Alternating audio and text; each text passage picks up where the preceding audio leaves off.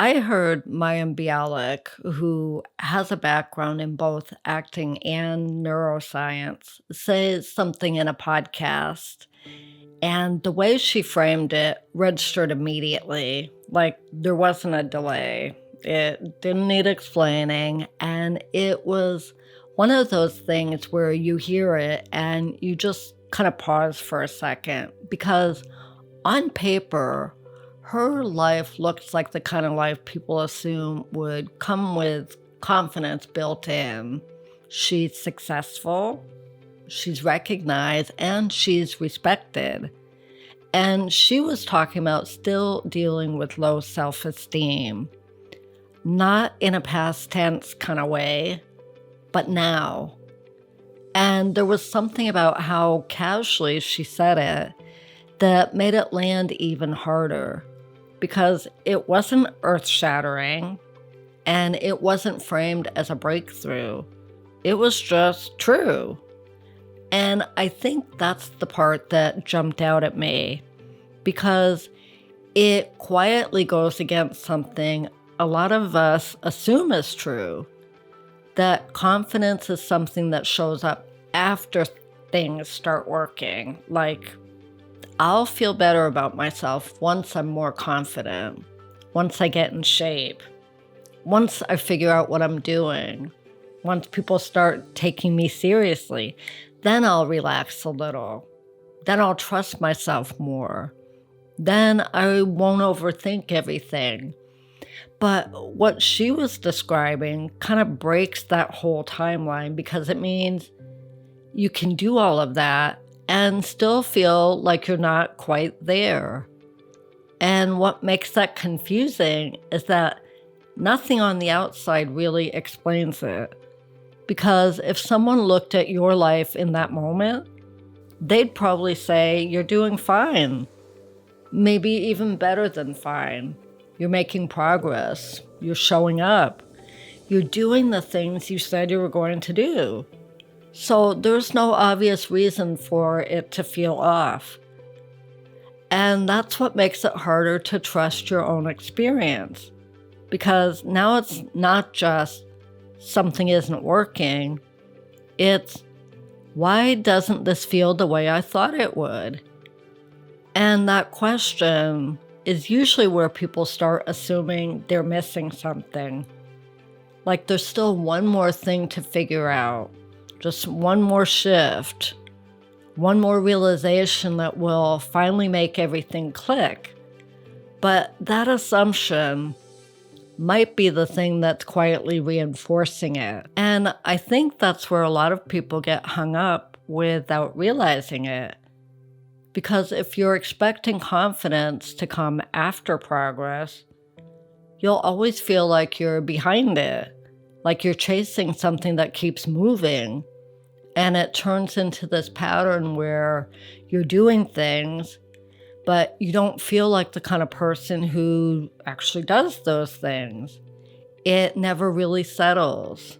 And then on top of that, you start looking around at other people who seem more certain or more consistent or more put together. And it's really easy to slip into that comparison without even noticing. Like, they're further along. They're doing it better. They figured something out that I haven't yet.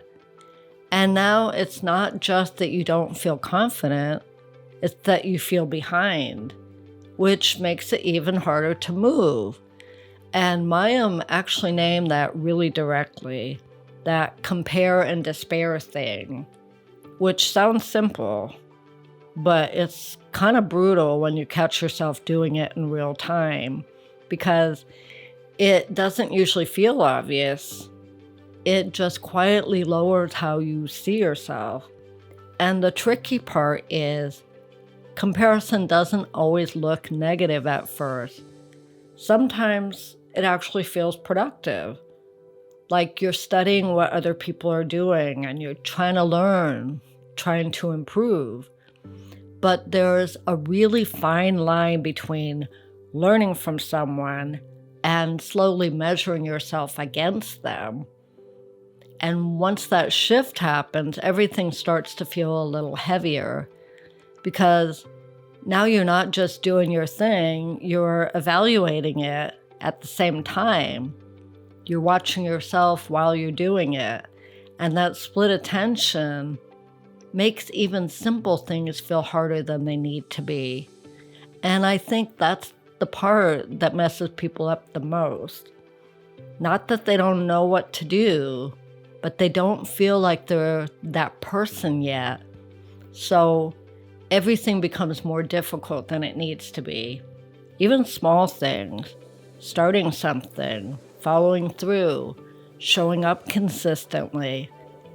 It all feels like it requires a version of you that you don't fully believe yet.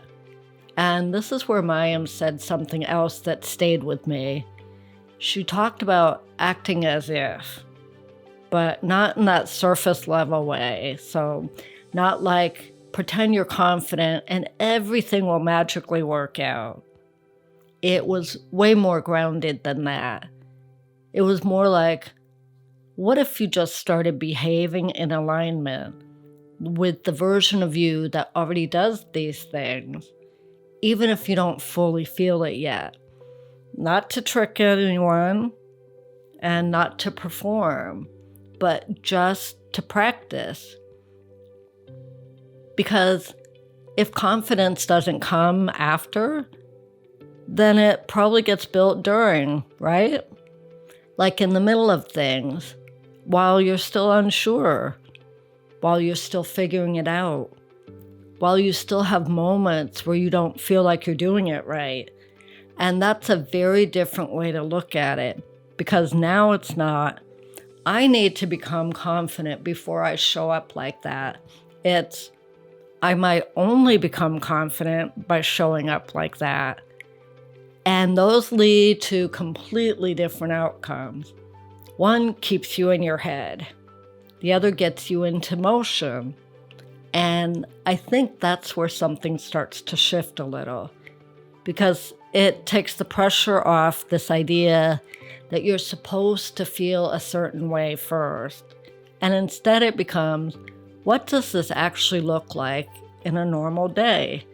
Like, what does it look like to move in a way that actually matches who you're trying to become?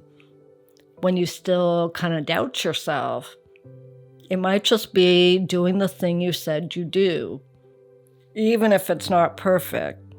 Not over-explaining yourself in small moments, finishing something instead of restarting it again, letting something be simple instead of overthinking it.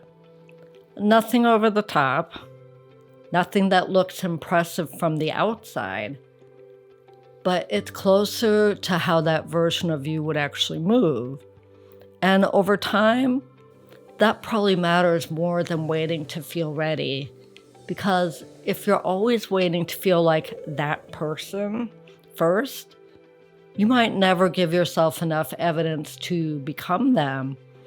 And I don't think this is something you fix all at once. Even Mayim hasn't, which is kind of the point. It's not about arriving somewhere where self-doubt disappears. It's more like understanding how you operate and figuring out what helps you function better inside of that. Not against yourself. Not trying to become a completely different person, just working with what's already there in a more intentional way. And I think that's a much more realistic place to build from. And I think this is why a lot of people feel like they're constantly starting over. Not because they lack discipline, but because they're waiting to feel different before they move differently. So every time that feeling doesn't show up, it feels like a reset. Like you're back at the beginning again, even if you're not. Even if you've already made progress. Even if you actually know what to do. It just doesn't feel stable yet. And that can make it seem like nothing is sticking, when really it just hasn't had enough time to compound. because now it's not something is wrong with me. It's this is how I am. So what actually helps me move? And if you start from there, things don't feel as heavy. They feel more workable, more doable, less like you're constantly trying to catch up to a version of yourself that doesn't exist yet, and more like you're already in it. But yeah, that whole idea that confidence doesn't just show up later just made a whole lot of sense to me, because it kind of removes the illusion that confidence is waiting for you somewhere and replaces it with something way simpler. You don't arrive at all. You build it while you're still in the middle of everything else. You're just figuring out what this looks like in real life. If you're watching this and you need some one-on-one conversation with me where we can flesh out what you're dealing with, join my school community. The link is in the description. And please, share this video with someone who's been having this same conversation with themselves. I'll see you in the next one.